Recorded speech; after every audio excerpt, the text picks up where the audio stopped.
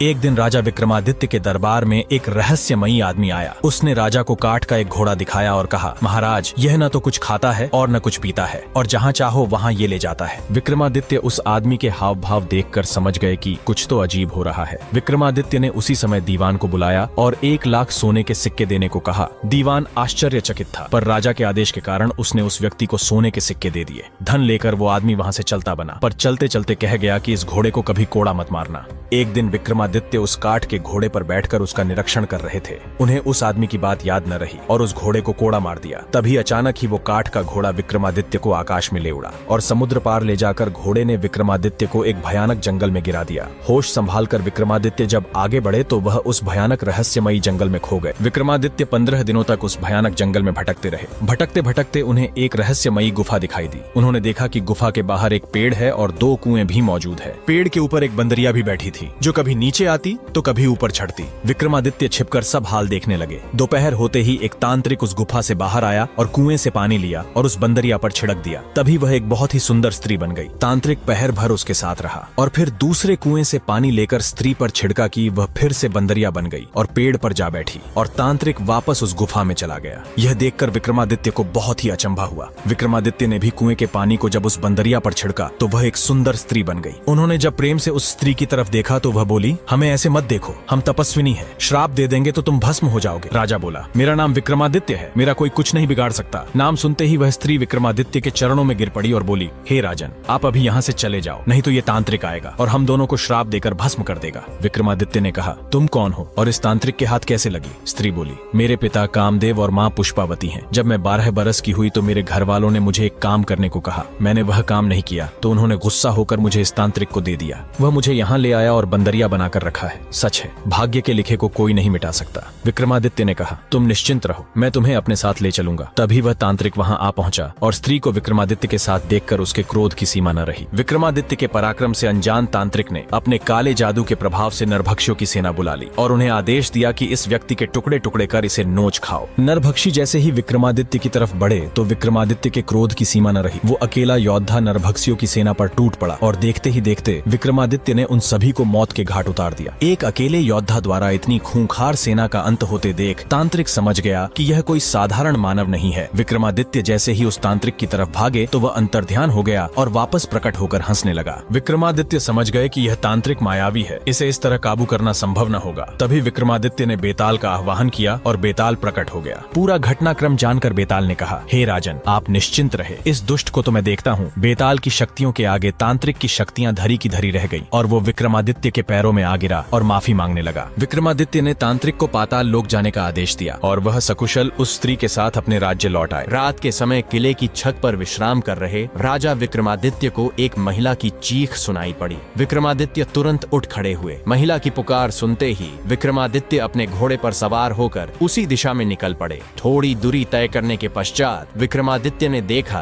कि एक भयभीत महिला प्राण रक्षा हेतु चीखती चिल्लाती दौड़े जा रही है और उसके पीछे एक विशालकाय दैत्य पड़ा हुआ है। विक्रमादित्य को अपने समक्ष खड़ा देख महिला विक्रमादित्य के चरणों में गिर पड़ी और प्राण रक्षा हेतु गुहार लगाने लगी। विक्रमादित्य ने कहा, बहन, तुम राजा विक्रमादित्य की शरण में आई हो। मेरे रहते क्षति पहुंचाना तो दूर, तुम्हारा कोई बाल भी बांका नहीं कर सकता। तभी राक्षस जोर से हंस पड़ा और बोला, मूर्ख, तू बचाएगा इसे? अगर अपनी जान की सलामती चाहता है तो तुरंत यहाँ से चला जा। असहाय अबला नारी के बहते आंसुओं को देख विक्रमादित्य का खून खोल उठा, किंतु राक्षस अमर था। रक्त वर्णित आंखें लिए विक्रमादित्य उस विशालकाय दैत्य पर टूट पड़े। दोनों के बीच भीषण संग्राम हुआ। तभी विक्रमादित्य ने तलवार के एक ही वार से उस दानव का सर धड़ से अलग कर दिया, लेकिन उस मायावी राक्षस का सर वापस उस धड़ पर जा लगा। यह देख विक्रमादित्य विचलित न हुए और उन्होंने उस महादानव का सर पकड़कर एक पहर तक जमीन पर घसीटा। तभी मौका देखकर राक्षस वहां से भाग खड़ा हुआ। पीठ दिखाकर भागते हुए पर विक्रमादित्य ने वार नहीं किया और उसे जाने दिया। वह उस औरत के पास जाकर बोले, बहन, अब तुम सुरक्षित हो, वह दानव भाग चुका है। खतरा अभी टला नहीं है राजन, वह राक्षस वापस आएगा और मुझे ढूंढकर वापस इसी स्थान पर ले आएगा। विक्रमादित्य ने कारण पूछा। महिला बोली, मैं सिंहुल द्वीप के एक ब्राह्मण की पुत्री हूँ।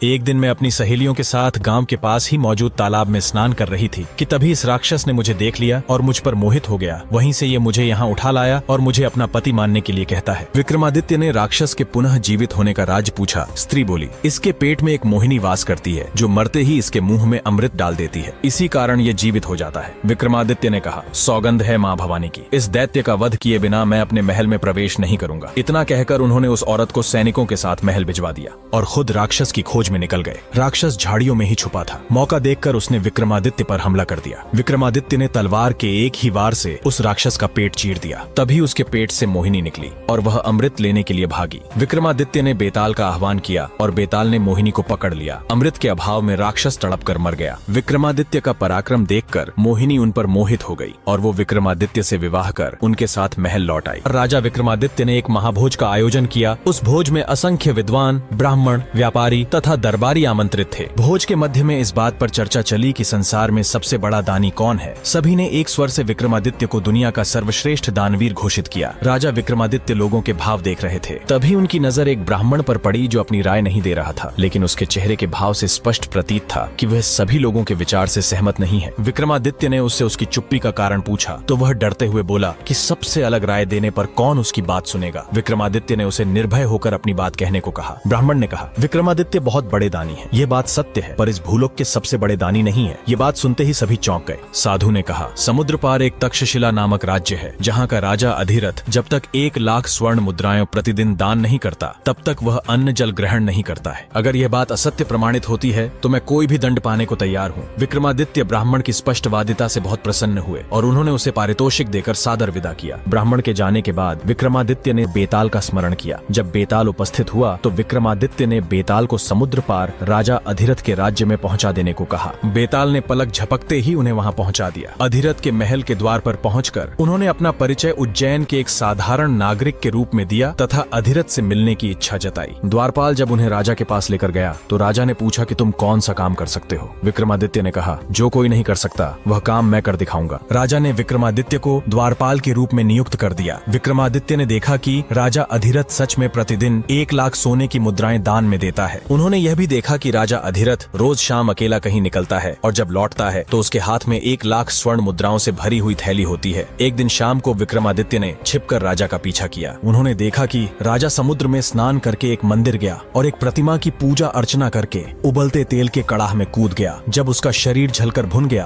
तो कुछ चुड़ैलें वहां आई और भुना शरीर कड़ाह से निकालकर नोच नोच कर खा गई और तृप्त होकर चली गई। चुड़ैलों के जाने के बाद प्रतिमा से एक देवी प्रकट हुई और अमृत की बूंदें डालकर राजा को जीवित कर दिया। देवी ने 1 लाख स्वर्ण मुद्राएं अधिरथ की झोली में डाल दी और वह खुश होकर महल लौट आया। सोने के सिक्कों का रहस्य जानकर विक्रमादित्य नदी में कूद गए और स्नान करके मंदिर में देवी की पूजा की और तेल की कड़ाही में अपने शरीर का समर्पण कर दिया। तभी चुड़ैलें आई और विक्रमादित्य का जला भुना शरीर खाकर तृप्त होकर चली गई। देवी प्रकट हुई और कड़ाही में अमृत डालकर विक्रमादित्य को जीवित कर दिया। देवी ने विक्रमादित्य को स्वर्ण मुद्राएं देनी चाहिए। उन्होंने यह कहकर मना कर दिया कि उनके लिए देवी की कृपा ही सर्वोपरि है और उन्होंने 7 बार यह क्रिया दोहराई। 7वीं बार देवी ने कहा, बस करो, तुम्हें जो मांगना है मांग लो। विक्रमादित्य इसी अवसर की ताक में थे। उन्होंने देवी से वह थैली ही मांग ली जिससे स्वर्ण मुद्राएं निकलती थीं। ज्यों ही देवी ने वह थैली विक्रमादित्य को सौंपी तो मंदिर, प्रतिमा सब कुछ गायब हो गया। अब दूर दूर तक केवल समुद्र तट दिख रहा था। विक्रमादित्य वह चमत्कारी थैली लेकर चले गए। अगले दिन जब राजा वहां आया तो वह बहुत दुखी हुआ। उसका वर्षों का 1 लाख स्वर्ण मुद्राएं दान करने का नियम टूट गया। राजा ने अन्न जल त्याग दिया और अपने कक्ष में असहाय पड़ा रहता। अत्यधिक अस्वस्थ राजा मरनाशन की हालत में अंतिम सांसें गिन रहा था कि तभी विक्रमादित्य राजा के पास आ पहुंचे और उनकी उदासी का कारण पूछा। राजा ने विक्रमादित्य को सारा हाल कह सुनाया। विक्रमादित्य ने वह चमत्कारी थैली राजा को देते हुए कहा कि रोज रोज कड़ाह में कूदकर आपको प्राण गंवाते देख मेरा हृदय विचलित हो गया था, इसलिए मैंने देवी से वह चमत्कारी थैली ही सदा के लिए प्राप्त कर ली जिससे सोने के सिक्के निकलते थे। राजा अधिरथ तुरंत भांप गए कि उनके सामने खड़ा शख्स कोई साधारण मानव नहीं है। उन्होंने विक्रमादित्य से उनका वास्तविक परिचय पूछा तो विक्रमादित्य ने कहा, मैं उज्जैन नगरी का राजा विक्रमादित्य हूँ। इतना सुनते ही राजा अधिरथ ने विक्रमादित्य को अपने गले लगा लिया और कहा, हे राजन, इस धरती के सर्वश्रेष्ठ दानवीर आप ही हो। कुछ दिन तक्षशिला नगरी में व्यतीत करने के पश्चात विक्रमादित्य ने राजा अधिरथ से विदा ली और सकुशल उज्जैन लौट आए। एक बार विक्रमादित्य के राज्य में एक खूंखार शेर घुस आया। शेर के आतंक से पूरे उज्जैन में हाहाकार मच गया। जब इसकी खबर राजा विक्रमादित्य तक पहुंची तो वह उसी क्षण अपनी प्रजा की रक्षा हेतु उस विशालकाय सिंह के शिकार हेतु निकल पड़े। जंगल में प्रवेश करते ही राजा विक्रमादित्य की नजर उस नरभक्षी शेर पर पर पड़ी। उन्होंने शेर के पीछे अपना घोड़ा लगा दिया। थोड़ी दूर पीछा करने के उपरांत शेर घनी झाड़ियों में जा घुसा। विक्रमादित्य अपने घोड़े से उतरे और उस शेर की तलाश में निकल पड़े। तभी अचानक पीछे से आए शेर ने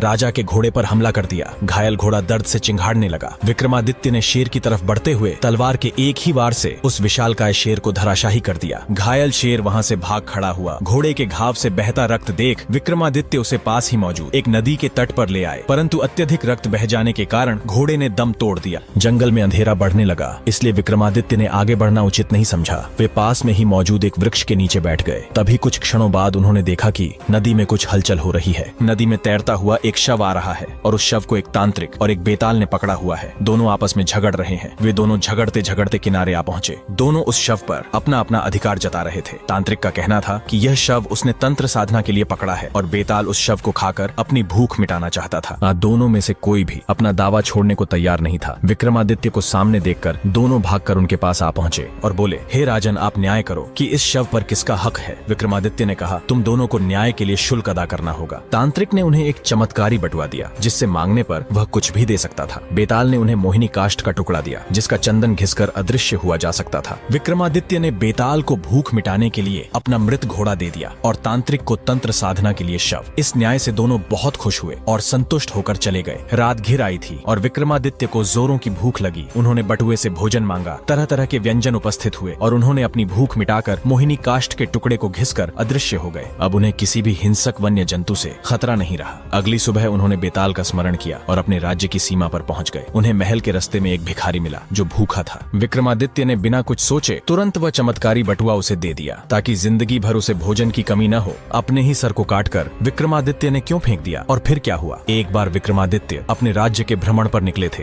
कि तभी उन्हें एक झोपड़ी से कुछ आवाज सुनाई दी। जब उन्होंने ध्यान लगाकर सुना तो एक औरत अपने पति को राजा से सब साफ साफ बताने को कह रही थी और उसका पति कह रहा था कि अपने स्वार्थ के लिए वह महान राजा के प्राण संकट में नहीं डाल सकता। विक्रमादित्य समझ गए कि उनकी समस्या से उनका कुछ संबंध है। उन्होंने द्वार खटखटाया तो एक ब्राह्मण दंपत्ति ने दरवाजा खोला। विक्रमादित्य को अपने सामने खड़ा देख वे थर थर कांपने लगे। विक्रमादित्य ने निर्भय होकर उन्हें सब कुछ स्पष्ट बताने को कहा तो ब्राह्मण ने कहा, महाराज, शादी के 12 साल बाद भी हम निसंतान हैं। इन 12 सालों में संतान के लिए उन्होंने काफी यत्न किए पर कुछ न हुआ। कुछ दिन पहले मेरी पत्नी ने एक स्वप्न देखा। स्वप्न में एक देवी ने आकर बताया कि यहाँ से 30 कोस दूर पूर्व दिशा में एक घना जंगल है जहाँ कुछ साधु सन्यासी शिव की स्तुति कर रहे हैं। शिव को प्रसन्न करने हेतु वह हवन कुंड में अपने अंग काट कर डाल रहे हैं। देवी ने कहा था कि अगर राजा विक्रमादित्य उस हवन कुंड में अपने अंग काट कर फेंकें तो शिव प्रसन्न होकर उनसे उनकी इच्छा के बारे में पूछेंगे तो वे शिव से तुम्हारे लिए संतान की मांग कर सकते हैं। इतना सुनते ही विक्रमादित्य ने बेताल का आह्वान किया और हवन स्थल पर जा पहुंचे। वहाँ पर सचमुच साधु अंगों को काट कर अग्निकुंड में फेंक रहे थे। विक्रमादित्य भी उन्हीं की तरह अपने अंग काट कर अग्नि को अर्पित करने लगे। जब विक्रम सहित वे सारे जलकर राख हो गए तो एक शिवगण वहाँ पहुंचा तथा सारे तपस्वियों को अमृत डालकर जिंदा कर दिया, मगर भूल से विक्रम को छोड़ दिया। सारे तपस्वी जिंदा हुए तो उन्होंने राख हुए विक्रम को देखा। सभी तपस्वियों ने मिलकर शिव की स्तुति की तथा उनसे विक्रम को जीवित करने की प्रार्थना करने लगे। भगवान शिव विक्रमादित्य के परोपकार तथा त्याग की भावना से काफी प्रसन्न हुए और उन्हें जीवित करके उनकी प्रार्थना स्वीकार कर ली। कुछ दिनों बाद ब्राह्मण दंपत्ति को पुत्र प्राप्ति हुई। आगे की कहानी जानने के लिए इस वीडियो पर 500 कमेंट पूरे करें।